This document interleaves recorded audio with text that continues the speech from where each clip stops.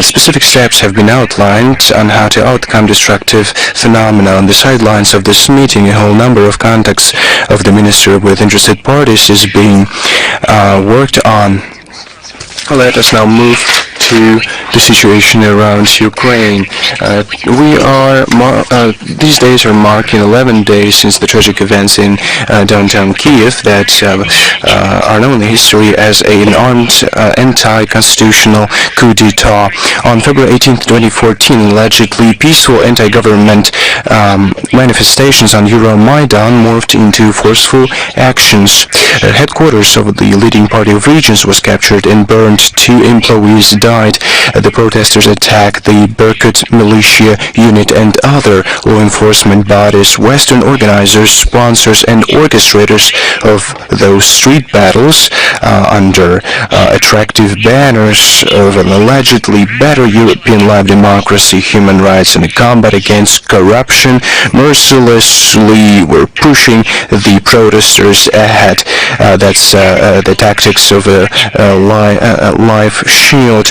It was well paid for from abroad, supported and organized from abroad as well.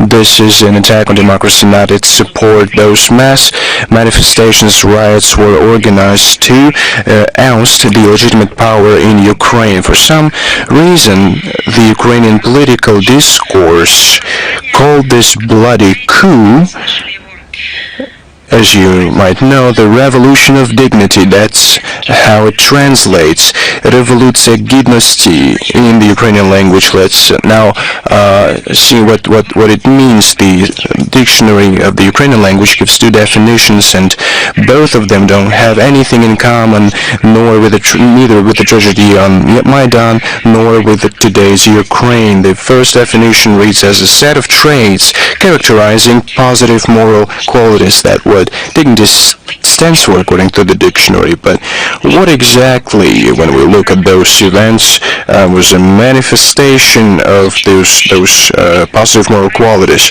Was it the capture by a riotous mob of governmental buildings? Were those killings of representatives of law enforcement bodies who were unarmed?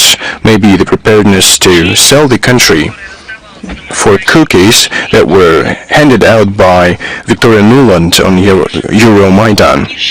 Maybe that was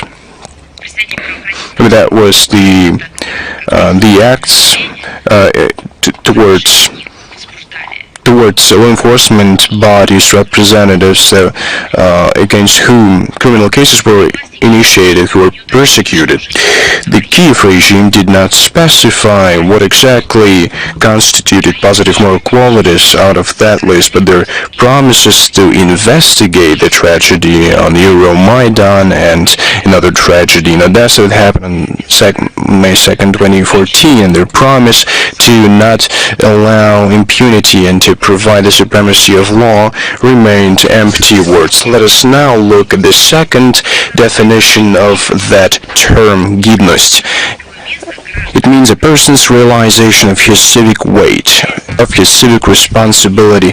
I'm curious how Ukrainians assess the civic responsibility of nationalists who beat and killed those who didn't agree with their ideology on the basis of the non-acceptance on the language and national basis.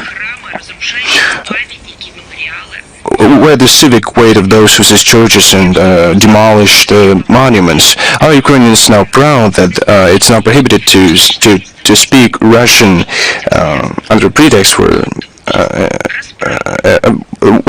this ban has become pretext for denunciation, harassment, and violent actions. What gives Ukrainians out of that list the realization of its civic weight? In the winter of 2013-2014, Ukrainians took the streets because they wanted a better life.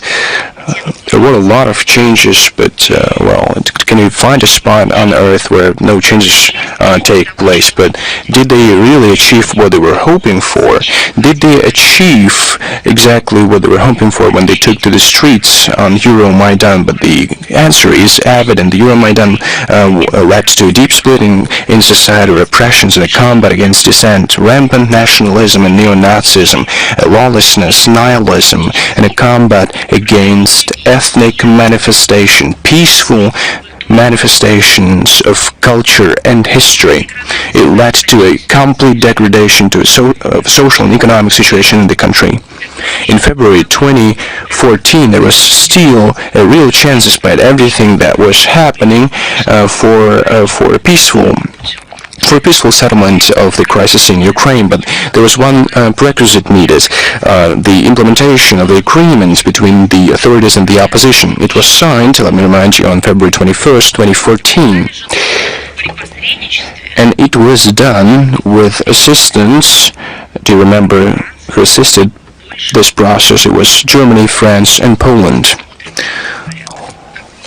Let us now look what these countries are thinking now with regard to what's happening in Ukraine. How does it correlate with the fact that they actually lied to the people of Ukraine? How they lied, well, in particular Germany and France, how they have been lying for all these 7 years after they signed the Minsk Accord, and how they're lying now to the people of Ukraine by telling them that the victory is not far ahead. And the people of Ukraine will certainly prevail, but in fact they realize that this war is being waged by the West against the Ukraine itself. But it didn't happen then, as you remember, and there was no real chance. The West didn't give any chance to the people of Ukraine in February 2014. That agreement between the authorities and the opposition was dismissed by the so-called victors of this revolution of dignity. It was just ignored as an obstacle towards governmental posts. It was violated during the first hours after the agreement had been signed. It was taken to the people as a testament to the surrender by the authorities, but that did not happen.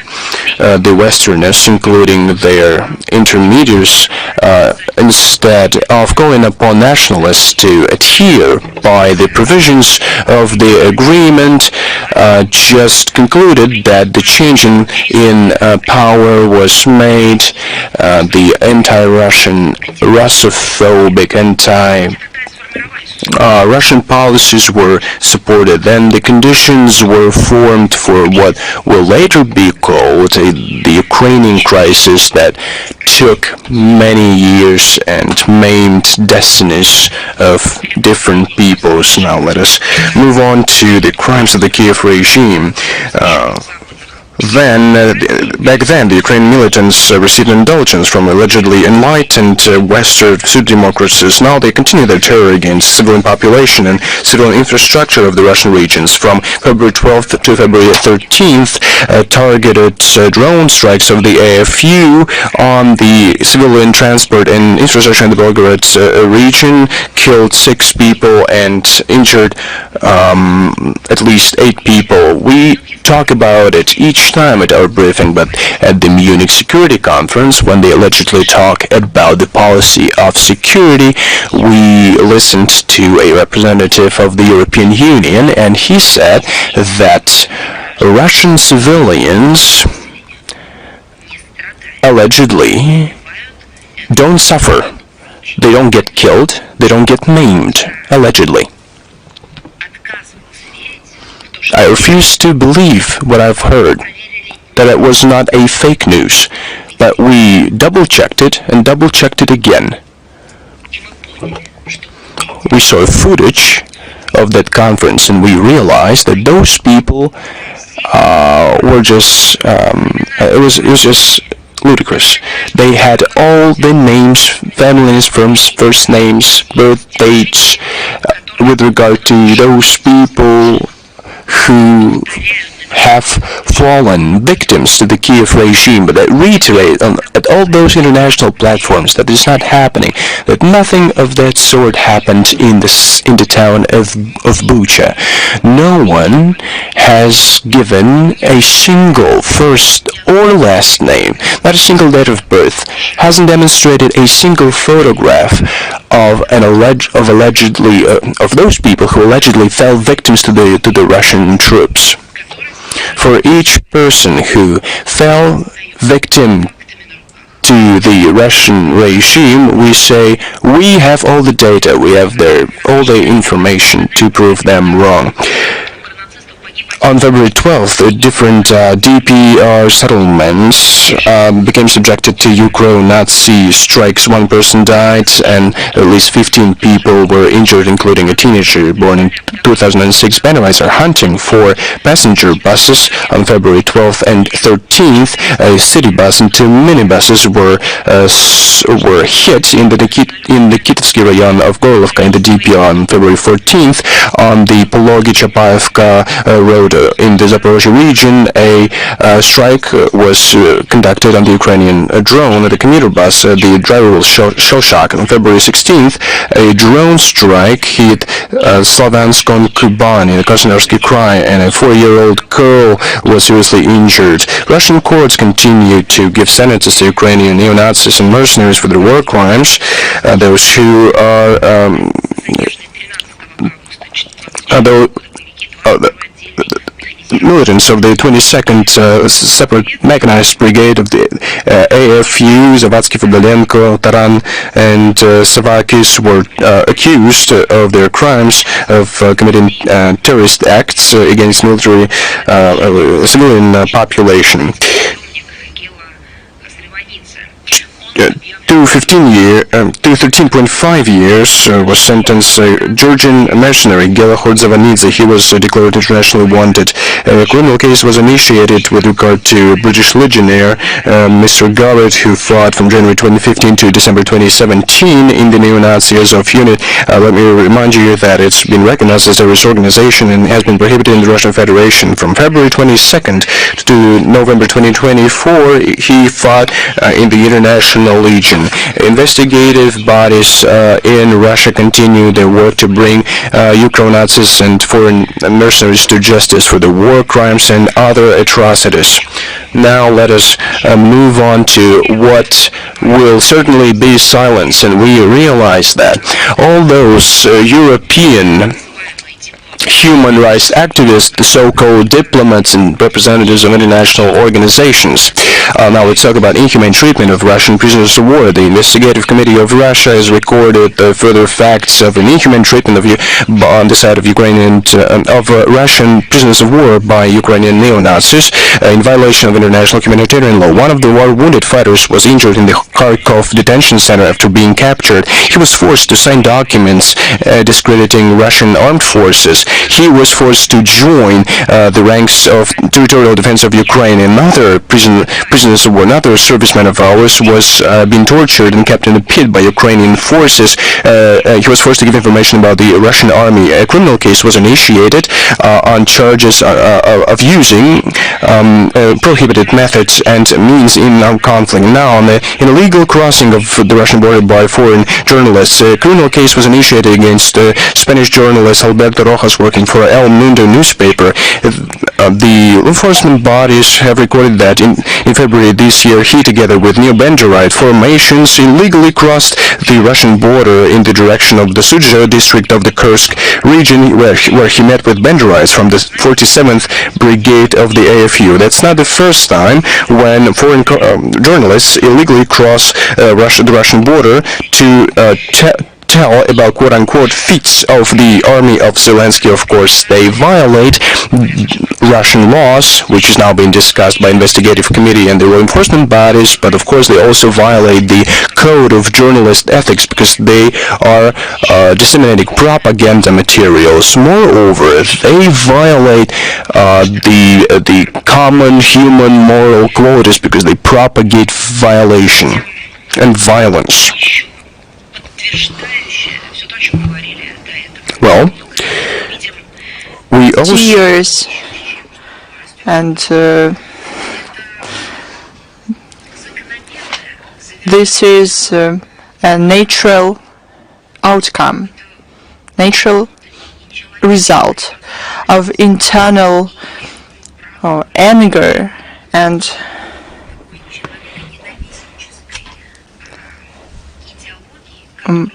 ideology of hating people that he promoted. And he was Russophobic. If you look at his statements, and all of them are available on the internet, I even have a list of those statements. He lived by some special sort of hatred against our country. Those were not objective evaluations. It was not the ideology or narratives that share sharing ideas of political movements. He always talked terrible things about our country. And it was clear that it was hatred that appeared in a particular historic moment, not in relation to some particular events, but it's just Russophobia and nationalism. Probably it is fueled by some historic roots, and he was not shy about it. He highlighted it. So the Munich conference that took place recently, where all the participants went crazy, this was a word that he deserved. He led this ship that faced iceberg or rocks. It's up to them to decide, but it happened because they didn't want to see the reality. I have an impression that they looked at photos and thought that it was a window. I have this kind of feeling. And when they needed some fresh air, they didn't get it. They suffocated because it was not a window. It was a picture that they painted themselves, and they preyed on it. Remember how many times Russian representatives talked about necessity to see the realities while addressing our Western colleagues, European colleagues, because they tricked themselves and their nations. Even now, in the year of the 18th anniversary of victory, they continue this terrible anti-historic narratives. They compare our country with the Third Reich. They humiliate the Soviet people and the achievements of the Red Army. They stress wrong things in the history, so they continue to harbor those illusions. Whether these are illusions or of fever of an ill person, probably we have to address those questions to their nations, to their countries. You ask whether his position is biased because of some political affiliation. It's difficult to tell. I find it difficult to tell. But I think this is an internal nationalist disease that guided him. It's stronger than some kind of financial interest, because to talk about our country and people with such hatred by a person who live in a country that historically, unfortunately, harmed our country and made our people suffer a lot. And he continued this course of suffering, continued his course. This is kind of an illness of the ideology of hating people. Why we say that nationalism, xenophobia is not just a terrible thing, it's a disease, because you can't get rid of it You can see an example why. In my opinion,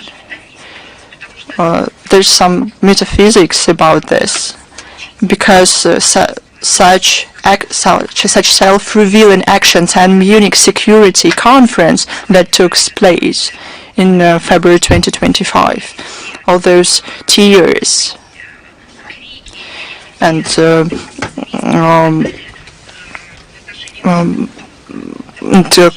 cries against each other, you can't come up with it. They are defeated by their own ideology. I would say it like this, because this ideology is destructive. They thought that they're going to destroy us, but they destroyed themselves. But we're not guilty in it, because we talked about it many times to them. We proposed them to sober up and to go back to mutually respectful relations, to mutually beneficial cooperation, to build common Europe. We proposed we use all the benefits from our geography and history and go to the emergence of a large-scale Eurasian space, but they chose otherwise. Thank you very much. And another question, if I may, about the Munich conference, and one more participant of it. Vladimir Zelensky, during his interview to the NBC News TV channel, said about a larger conflict on the territory of Europe as soon as the summer, with participation of Russia. He mentioned Lithuania and Poland. How can you respond to such statements?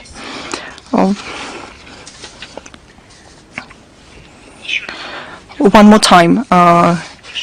Did you say Lithuania and Poland statements?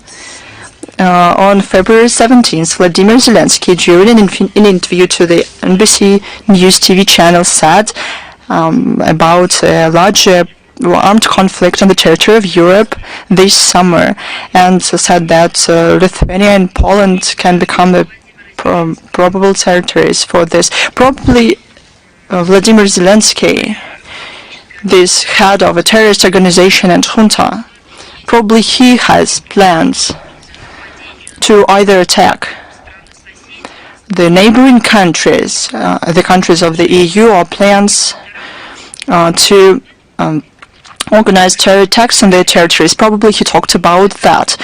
We warned many times that he and the Kiev regime turned into a terrorist unit, including an international one, given the number of international mercenaries and international armaments that they receive. Probably he wants to hit the founding fathers of this constitutional community on the territory of Ukraine. We talked about it many times. Probably he just warns them that he is going to commit acts of aggression against them. It's a classic story when the West first create monsters and think that it's going to guide them for their own purposes, and then these monsters hit back. There have been a lot of examples. Probably we have to specify what he meant, and probably they have to think what he meant, and he unequivocally said that he was prepared to use radical measures to achieve his ambitions. We talked that the strikes on the facilities of critical infrastructure like Zaporozhye NPP or attempts to use them to put pressure on the European leaders. It was not just words. It's a signal that they radicalized to such an extent that they are in some space of nihilism, that we can expect anything from them. But it's not only our analysis. We are absolutely, we're really glad that all our analyses are confirmed by facts. But the Kiev regime says that by themselves. So let's move on. Is our author E with us? Good afternoon, Madam Zakharova. We were shocked by the arrest of Alexander Gaponenko following his participation in the conference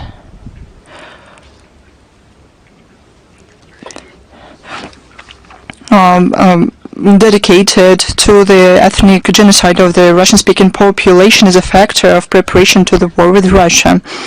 And the Latvian security services thought that this is an issue of national security, and also it happened. How can you comment on this? Is it a message to Moscow that, like, what are you going to do to us?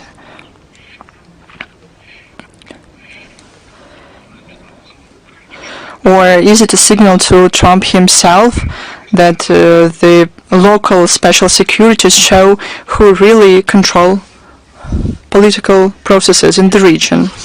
I didn't hear clearly what you said, and I'll try to answer your question. As to the arrest of a scientist, Alexander Gaponenko in Riga, it is yet another action of the Russophobe regime in Latvia to intimidate the Russian-speaking population. Recently, Alexander Gaponenko was arrested, and this was done under the pretexts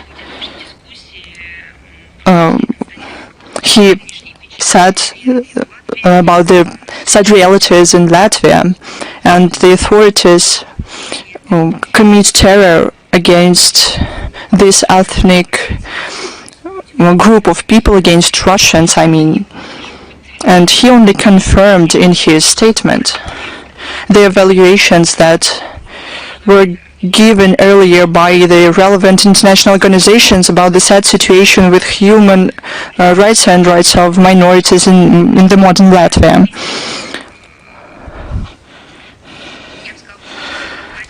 And this political regime and not law enforcers, because they only follow orders.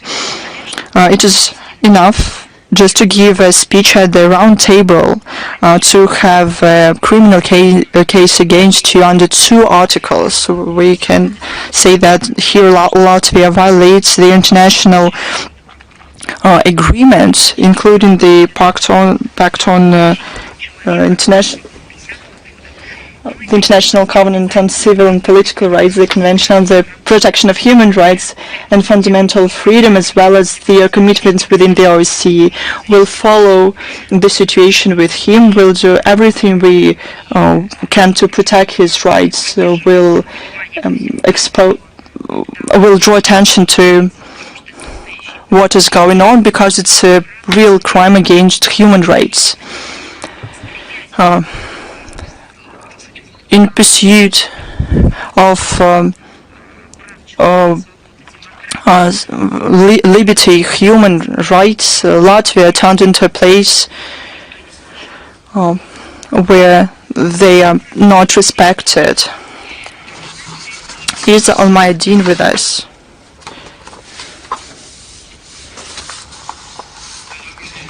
Good afternoon, Madam Zakharova. Good afternoon. Israel warned to take down an Iranian civil airplane that flew to Lebanon. It caused chaos in the airport of Beirut. How do you evaluate this act of aggression? Now, according to the information available, recently in the international airport Hariri in Beirut, there were cases of aggressive acts between individuals with the security forces, including the Lebanese army, on February 14. Following unrest, there were 2 people wounded. The president of the country condemned this situation from our side. We think that what's going on in the Lebanon is an issue of the internal issue, and we call on all the leaders to try and settle the issues and differences of the national agenda in the legal framework through the search of acceptable compromises and not resort to violence. It is vital not to let the stabilization of Lebanon at the current difficult stage to preserve their political unity and to ensure the sustainable trajectory of this country. Thank you very much. Is the Moscow Post with us? Yes, we have one question today. The Trump administration and Russia started a constructive dialogue at the high level. Are there shifts in terms of less pressure on our diplomats in the US? They had a lot of obstacles earlier. With the beginning of the constructive dialogue, you ask about shifts. It's only started. There was an impetus by the leaders of both countries, but right now in Riyadh, the sides work and the delegation discuss the whole set of issues, and imagine how many of them we have. There have been no contacts because of the previous Biden administration, and they have accumulated over the years, even before that. So we started the work. But how this conversation started, Foreign Minister Sergei Lavrov will tell more about it following the negotiations. He is the voice of the fatherland with us. Good afternoon, Madam Zakharova.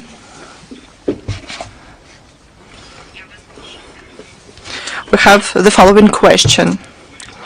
We're talking about crimes of neo-Nazis in Ukraine. Probably it's time to say directly that those are crimes of the US in Ukraine.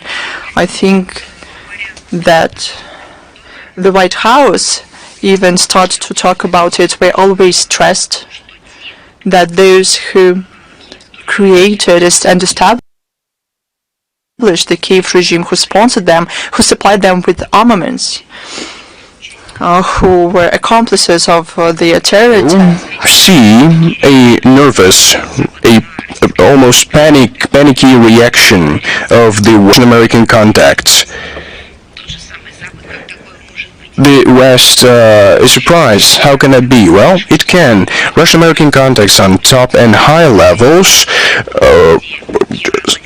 provoke a nervous reaction among Euro-Atlantic Russophobes. We see an unprecedented phenomenon in international relations. We see how they impose their own participation in the negotiation process. We're talking about the British and the European friends of the criminal regime of Mr. Zelensky. They demonstrate their inability to go beyond their own primitive attitudes to orchestrating the war with Russia till the last Ukrainian. You see, the European Commissioner on Defense, Mr. Kubilus, continues to state, and I cite him, that a just world is not possible without giving more power to Ukraine. Just look at this country, look at Ukraine. I'm now talking to European commissioners. Look what you've done to this country, to the people of this country. What power are you talking about? How can you increase it even? They have been immersed in Russophobia, blatant Russophobia. Madam Callas went to the extent that she started vindicating AFU militants. In her warped imagination, they don't kill peaceful Russian women and children. Every briefing we talk about it. Our regions, heads of our regions, public institutions, and Commissioner for Human Rights and Children's Rights regularly report on atrocities committed by AFU militants. Those reports are being published. As for press conferences, we hear ambassadors talk about it and give regular reports. And they still don't get the information, the news. They all have the data. They're just lying. They have to justify themselves in the eyes of their own citizens and vindicate their own failure, the failure of their own policies.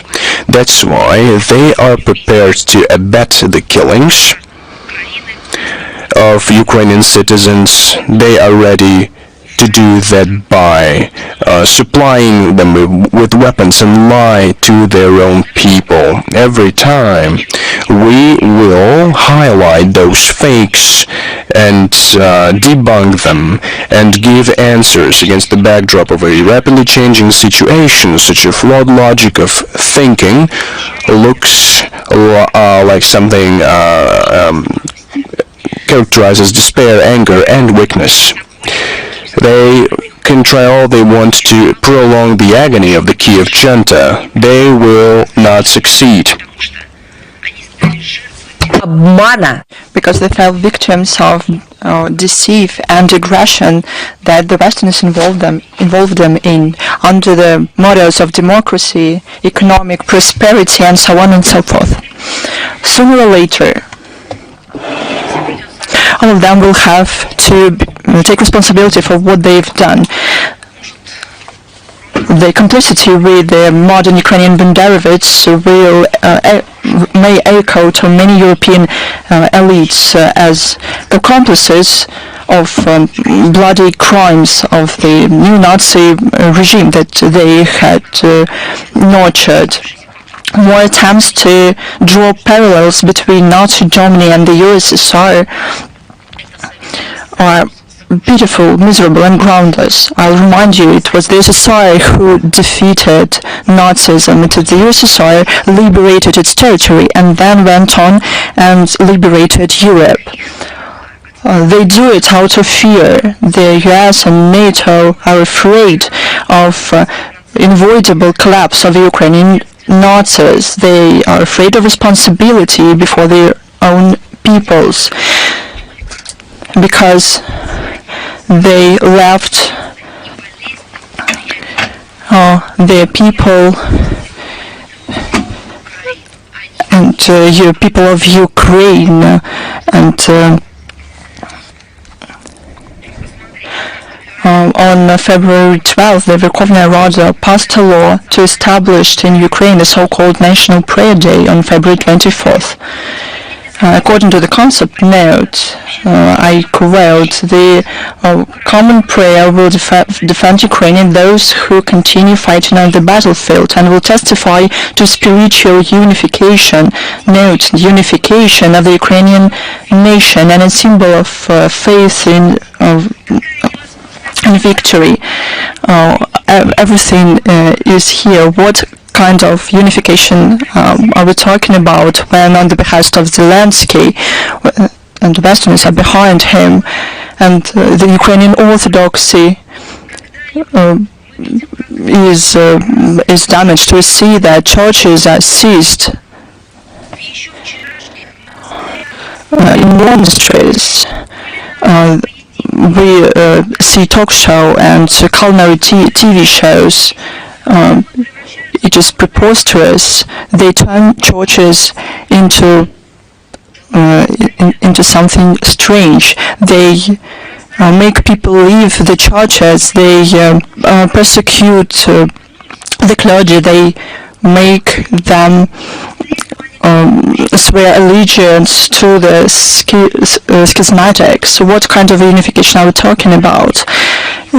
But if people cannot find common ground, then the state has to interfere and to help those who cannot coexist with each other and find a way for the settlement. But we have an opposite situation. People in Ukraine have lived peacefully, and the Orthodox people did anyway. And to take one more step to sabotage between Ukraine, Russia, Russians and Ukrainians. There was an order to persecute the Ukrainian Orthodox Church. They did everything. They came up with a schism.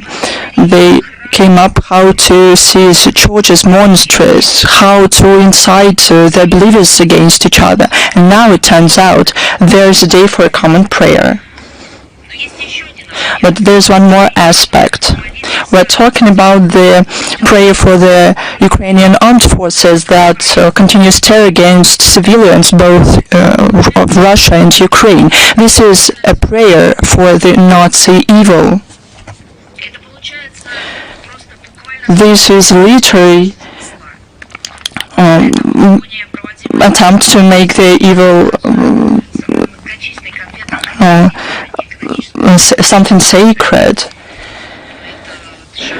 This step looks not even hypocritical. It only testifies to the fact that this junta see religion as a political tool. And of course, there's fight with history, with monument and memory in Ukraine. According to the media, in the city of Mykolaiv, Ukrainian Nazis destroyed monuments to the hero and leader of the local underground unit, Viktor Lagin. He was shot down by Nazis in July 1943, and his monument was shut down by the Ukrainian Nazis in 2020. That's what the Ukrainian regime do with the acquiescence of the Western masters. This acquiescence is only the second part, and the first part was direct order. These facts yet again confirm the relevance of the special military operation to denazify and demilitarize Ukraine and to remove threats coming from its territory. As our leadership said multiple times, all the aims of the special military operation will be achieved. The Munich conference on security shocked everyone, and those in the first place who wanted to have another holiday of Russophobia. That's what the conference turned into in the recent years, because they didn't talk about security. They talked about aggression and how to fuel the war, how to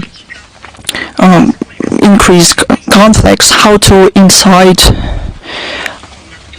people against each other so that people forget about peace for many years. The 61st Munich conference on security demonstrated something that we talked about long ago. The Western world ceased to claim to be an example.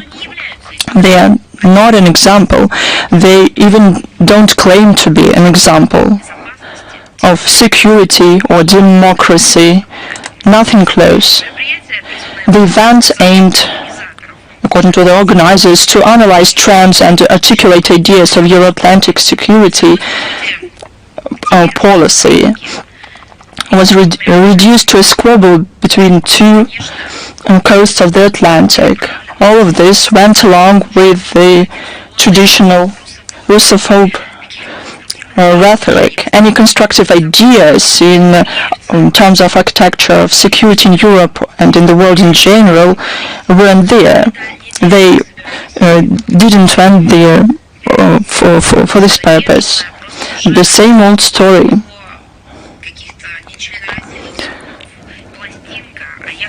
about ostensible Russian threat to the EU, to NATO, was continued. They said about hegemony, even if they try to continue talking about hegemony, they have to make a remark that it's in death pains.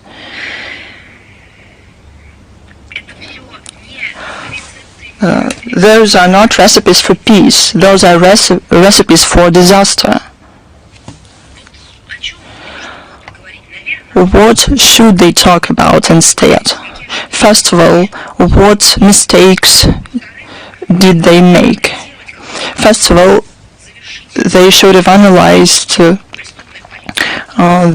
policy, their criminal policy, and talk about rectifying their mistakes. But no, they didn't interested in that. They thought what spending they can cut down on to finance to continue support the war. They were words of the European sponsors to the Kiev regime about their unwavering support. With lack of ideas about ways out of the crisis of European security, the participants of the conference stood and applauded to Zelensky. This is abuse of Ukrainian people. It's not about Russia. They just disregard people of Ukraine when they say that Zelensky can claim leadership in the emergence of the European army. It's what he said, and European leaders supported him. Now Ukrainians can become part of the army since 18 years old. What are they we understand what these young people are going to do in the Ukrainian armed forces. They are not going to do anything in the general staff. They are not going to deal with IT issues. They won't deal with drones. They will be cannon fodder and shields for Zelensky. In the year of the 18th anniversary of victory, the Munich Security Conference was marked with honoring former and current Nazis. It's getting kind of tradition. The leader of the Munich conference, Horgen, said that the event was somewhat of a European nightmare for Europe. This was a direct quote. This begs the question: when are you going to sober up? When are you going to come round there in Western Europe from your nightmare? The problem is not in the conference, but in Western Europe itself. It cannot soberly evaluate the reality. It lives in their own made-up narratives. Instead of increasing welfare of their citizens, they prepare for war with Russia. Instead of social and economic problems and finding solutions to them, they build up military budget. Instead of fighting legal migration, crime, terrorism, they hunt Russian spies. The Western Europe is something to make fun of by the rest of the world. They have nothing to do with Russia, and they continue their ideas that the threat come from Russia. Instead of free speech, they introduce restrictions against alternative sources of information. They block spread of information as such. And in this space, they find themselves in another nightmare. Probably they should check and let some fresh air in and to look what's going on. given the statements of majority of European politicians, they are not going to come round from the Russophobe political fever. And as a confirmation, on February 15th in Munich, on the sidelines of the conference, the so-called G7 had contacts. Following this meeting, they against threatened Russia. Essentially, they said that if G7, I mean the group of these countries, see a lack of goodwill regarding negotiations in the context, as they said, an end to the war against Ukraine, then they'll try and make Russia quote, imposed further costs on Russia, including through caps on carbons. I have one question. It is within G7 they talked that it's not time for negotiations, that the situation does not back situation. Wasn't it Blinken and high representatives for foreign policy of the EU? Wasn't that leaders of the foreign ministries of the countries that form G7? It's not, it's some kind of a circus. And I don't want to offend circus. We defined many times the political policy of the current G7. It ceased being an association to align positions on key global issues and became a body to coordinate measures to put pressure on countries deemed unwanted. They stain their reputation with unflattering actions and decisions. It's naive to think that this get-together decides anything given international realities. This is an outdated format and it completely lost their authority. They stained their reputation. No constructive role of G7 in development and stabilization can be mentioned, or probably they can give other examples. So where are the results of their work? Besides Russophobe words and nationalist, or with the spirit of hatred statements against those that they call their enemies or opponents. There's nothing. Russia made an unequivocal decision in favor of real mechanism of global management. I'm talking first of all about BRICS and SCO. They represent the leading centers of economic growth and political influence, given an objective reality of an emerging multiple world order. Here when we see real work about the tool of aggression and destructive policy about US aid. We took notice that as Washington debunk and stop the foreign aid, more and more countries realize the flattering reality of the tools of the so-called soft power. They were the tools even not of American foreign policy, but the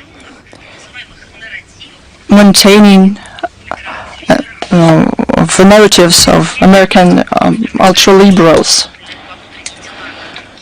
and as well as a tool to interfere into internal affairs of other countries to pursue a policy needed to American Democrats, and to receive dividends within the country. There's an active discussion among countries friendly to us. Recently, the leadership of Kazakhstan supported the idea to shut down the Radio Svoboda. They accused its local office in spreading disinformation and manipulation of news.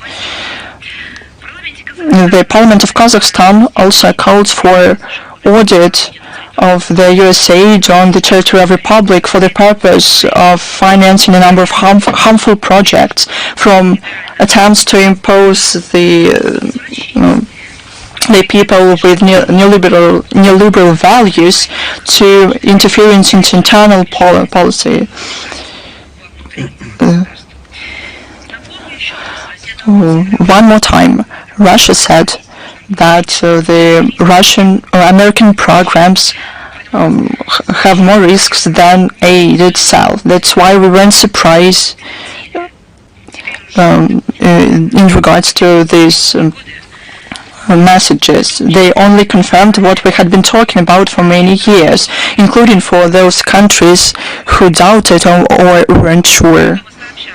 We prepare to continue our joint efforts to prevent attempts to undermine stability and security on our common space. A very important document of Russia.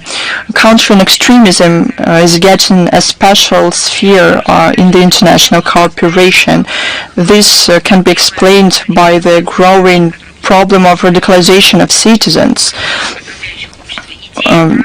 That happens because of the spread of poisonous ideas and practices that facilitate incitement of religious and ethnic. Such radical ideologies are not born in a vacuum. Unfortunately, they thrive also due to the cynical policies of a number of countries that are waging information wars, provoking armed conflicts, while instigating coup d'etats for their own selfish purposes. In such conditions, these anti-extremist resilience of the most states depends primarily on their own capacities. Taking into account nuances of national context, we are convinced that the protection from extremist risks is one of the main tasks for ensuring the stable and independent existence in each country. While building our own development trajectories is a pivotal condition for the formation of multipolar, fair world order. In this connection, Russia intends to defend the right of any state to independently assess internal and external threats and to determine its respective national priorities and approaches to combating not only violent but also ideological prerequisites of terrorism and extremism. By Decree number 1124 of the President of Russia, an updated strategy for countering extremism in Russia was approved. So we will send a link to this briefing. We would like to draw attention that this document, previous strategy was valid till 2025, was received a more expanded, comprehensive character. The strategy takes into account all new trends in anti-extremist work and have emerged against the background of special military operation and hybrid war against our country. The text incorporates a number of provisions of the concept of foreign policy of Russia, which further reinforces foreign policy, significantly adjusts the conceptual body of the document, clarifies the levels and sources of extremist threats, and primarily role of the state and competent authorities, whereas the system of countering extremism has taken clearly defined nature against extremist manifestations. This document enshrines one of the key Russian positions of the inadmissibility of attempts by foreign interference in the internal affairs of states and the use of terrorist groups and other extremist forces for geopolitical purposes. Emphasis has been placed on the need to combat the spread of any terrorist extremist ideology, including the neo-Nazi one. The strategy also accumulated progressive Russian experience in prevention and avoidance of radicalization, primarily among young people, migrants, persons serving prison sentences, and other social categories most susceptible to extremist ideas. A set of measures has been approved to suppress the use of information technologies, including internet, Targeted attention has been given to neutralizing the negative influence of foreign intelligence services, NGOs, foreign agents aimed at provoking attempts to instigate color revolutions of so-called color revolutions in Russia. We invite interested international partners to study carefully Russia's successful experience in combating extremism, which has been formed thanks to many years of targeted comprehensive work with the participation of all Russian society, has a truly high civil immunity against any extremist threats. And our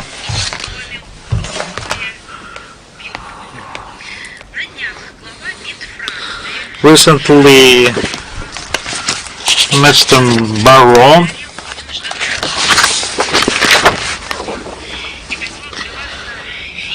thanks the United States for liberating his country from Nazis and call for greatness together. He traditionally forgot to mention the USSR contribution to the liberation of France.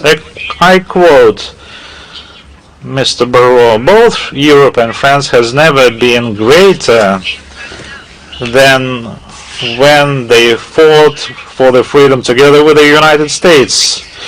This is the story of Lafayette. This is the story of liberation of France by American soldiers. We celebrated the 80th anniversary of the liberation of France this year, said French minister. We will stand with the US, ensuring shared greatness and pursuing freedom around the world. End of quote. I'm not going to say about our competition with France for primacy as who contributed more to the independence of North American United States. But since the Marquis de Lafayette has been mentioned, we cannot but refrain from quoting the words addressed to him in the spring of 1779 by Washington, Commander-in-Chief of the Continental Army.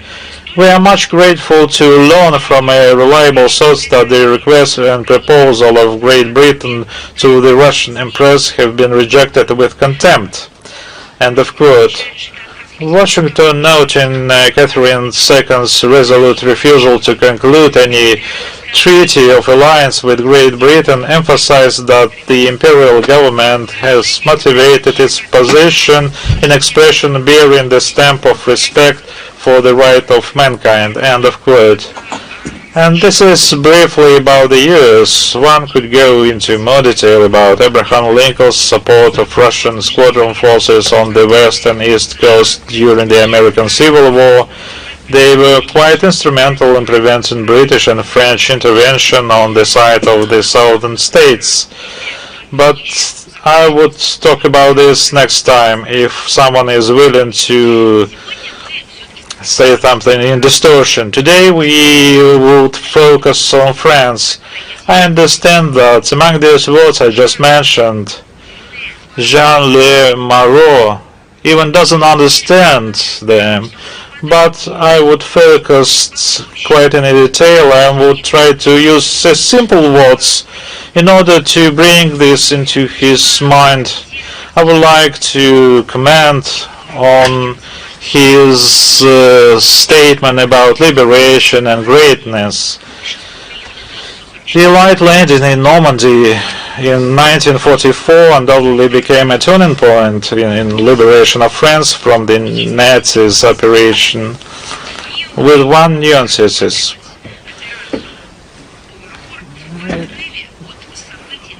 We cannot regard the Overlord operation in isolation from the events of the Soviet-German front, where the same June began perhaps the largest battle of the Second World War, the Bagration operation, and liberation of Belarus. In France, already in 1940, do you know, in Foreign Ministry of France, Russian immigrants created the first resistance group known as Museum of Men, It was led by Mr. Levitsky and Mr. Wilde. In 1943, the Central Committee of the Soviet POVs in France was established, headed by Red Army Senior Lieutenant Mark Slobodinsky and a French communist son of Russian immigrants Boris Martin, known as Colonel Larouche. Near the French town Thiel for the legendary Women's Partisan Unit Rodin. It was created by two natives of Soviet Belarus, Lisovets and Fritzan. In the vicinity of city of Lans, fighters of Vasily Vasilyevich Porik fought against the enemy. He was posthumously awarded the title of Hero of Soviet Union, and in France acted the 1st Soviet Partisan Regiment. Do they know about this? I mean, the current Foreign Minister of France? Of course not. They had to learn the history of their own country without feeding these narratives. I hope that Mr. Barrot will not refuse the words of the leader of Free France, Charles de Gaulle, who said in 1944, I quote, "The French know that it was Soviet Russia that played the main role in their liberation." Or the current leadership are going to reject Charles de Gaulle as well. I would like to remind them why he said this. He said this under the impression of what he had seen in Stalingrad. Earlier, and most of the French shared their opinion until they became victims of this approach to the history, when you can pick up or cherry picking what you would like to have, just replacing them with some notes or narratives. Until now, several streets in France are named by the names of the cities which became the symbols of the Second World War. Probably the Foreign Minister of France, Jean-Noël Barrot, probably buys a reference book, reads something to get more information about the history of his own people and the country. The liberation of capital Paris was not a priority for the American commander Eisenhower in 1944. Paris was liberated with small forces, and in short time, first the resistance, whose core was made up with the communists and former Soviet prisoners of war, revolted. Not everyone remembers this, but I will remind no less than 6 partisan groups composed of Soviet POVs and Russian immigrants participated in liberation of Paris. A group under Captain Steverov held Anies Bridge for 24 hours, preventing German tanks from entering the city. Shame on current leadership forgetting this heroism. A group of immigrants under Lev Savnikov occupied the building of the Soviet embassy and raised a red flag over it. It then gave de Gaulle the right to declare that Paris itself found the freedom and was liberated by its own people. And only then the 4th Infantry Division of the USA and French 2nd Armored Division came in to the aid of the rebels. The first to enter Paris were the Spanish military. They also accepted the surrender of the German commander. Such a revenge for Madrid.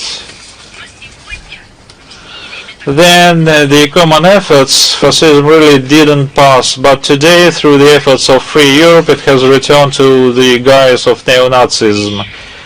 Paris, which had won its own freedom, was liberated with the support of the whole struggling France. Unlike the United States and Great Britain, the USSR immediately believed in the future of the Free France headed by General de Gaulle and established close cooperation with him.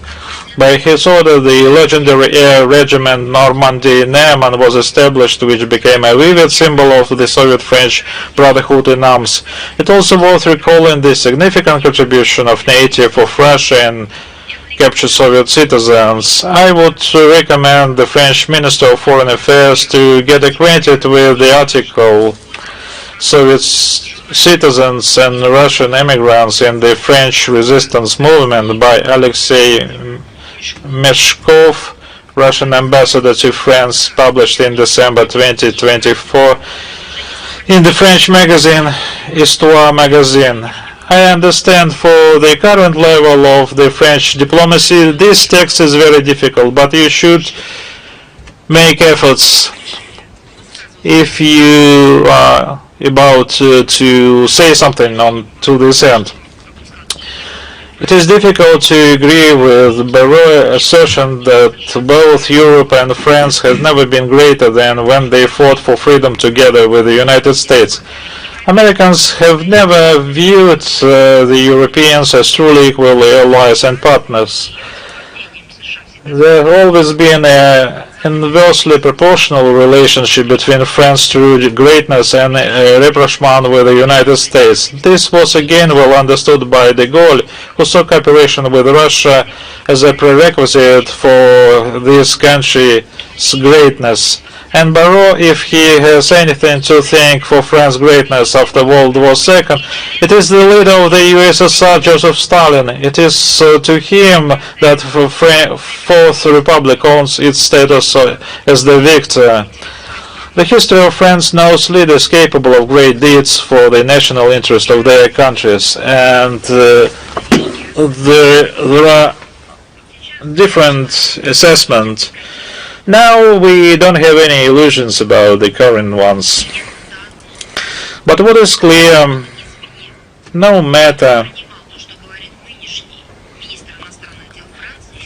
we take what is said by the French foreign minister, it is the shame for the French people because they don't know the history of their country. But we would like to stand by for the protection of the French history.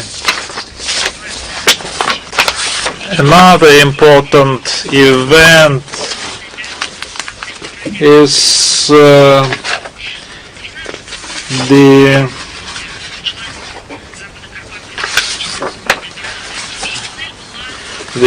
Western Carpathian Offensive Operation. On January 12th, the Western Carpathian Strategic Offensive Operation began with the aim of defeating the German forces and providing access to Ostrava industrial region.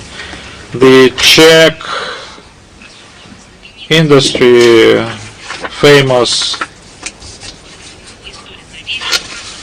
for gun factories, were faithfully producing their products for the needs of Wehrmacht. The troops of the 4th Ukrainian Front, commanded by General Ivan Petrov, supported with the main forces of the 2nd Ukrainian Front, commanded by Marshal Malinovsky. Of course, they don't like to remember this in Prague, but the 1st Army Corps of Czechoslovakia took part also together with the Soviet troops. The Soviet troops were opposed by German Army Group A, which included units of 17th Army, the 1st Hungarian Army. During the week of the Soviet troops managed to advance up to 80 kilometers. They liberated Brestov and Koshitz. By the February 18th, the troops of the 4th Ukrainian Front went on the defensive, successfully completing the active phase of the operation, and the troops of the 2nd Ukrainian Front continued offensive operation until mid-March, forcing the Gron River.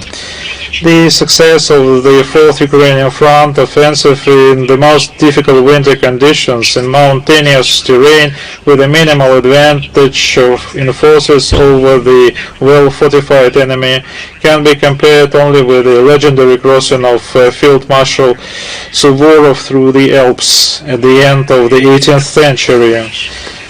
This is, without any exaggeration, is a true heroism, an example of the military art of fighting not in numbers but in skill. The Western Carpathian Operation became an important stage in delivering a decisive blow to the German forces in Central Europe. As a result, Soviets advanced 170 to 300 kilometers to the west, liberated some parts of Poland and Czechoslovakia.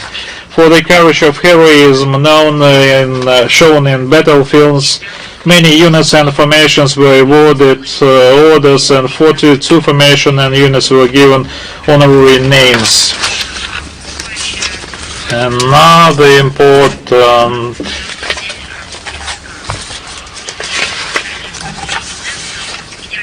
on February 21st is the International Mother Tongue Day, established by decision of UNESCO and celebrated to draw attention to the needs of maintaining and promoting linguistic and cultural diversity. Russia is actively promoting the experience and preserving indigenous languages, including on the UNESCO platform.